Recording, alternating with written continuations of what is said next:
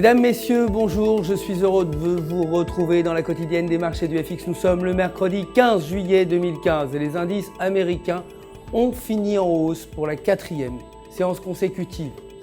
Porté par les bonnes performances du secteur de l'énergie, le Dow Jones a progressé de 0,42%, le Nasdaq de 0,66% et le S&P 500 de 0,45%. Le titre Amazon a gagné 2,20% pour terminer à 465,57 $. Le dollar justement a reculé face à la plupart des grandes devises après la baisse inattendue des ventes au détail aux États-Unis au cours du mois dernier. Les ventes au détail Core ont enregistré une variation moins bonne que prévu en affichant un recul de 0,1% contre une hausse prévue de 0,7%. La présidente de la Réserve fédérale, Janet Yellen, comparaîtra aujourd'hui à 15 h, ce qui devrait faire monter la volatilité.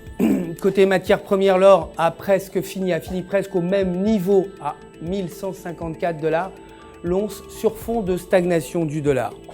Le baril de brut a fortement progressé pour terminer à 53,41 $, récupérant les pertes importantes enregistrées dans la matinée après l'annonce d'un accord sur le nucléaire entre l'Iran et les puissances occidentales. Côté devises, l'euro a progressé face au dollar après la publication de données révélant une baisse inattendue des ventes au détail aux États-Unis, mais la monnaie unique a eu des difficultés pour rester sur cette dynamique en raison des craintes qui entourent la Grèce.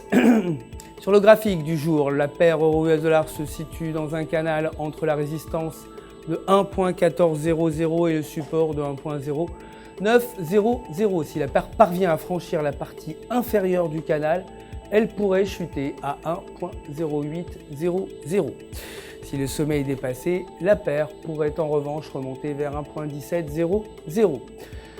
La livre sterling, quant à elle, a fini en hausse face au dollar après que le gouverneur de la Banque d'Angleterre, Mark Carney, ait déclaré que le montant de révéler les taux est proche. Sur le graphique de 4 heures, la paire euro-US$ est parvenue à franchir la ligne de tendance baissière. Si elle reste au-dessus de la ligne, la paire pourrait grimper vers 1.5800. En revanche, si elle tombe en deçà, elle pourrait retomber aux alentours de 1.5400.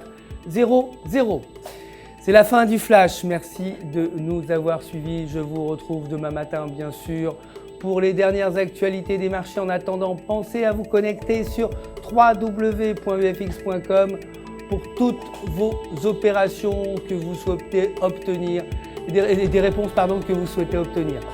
Tout UFX se joint à moi pour vous souhaiter une excellente journée de trading.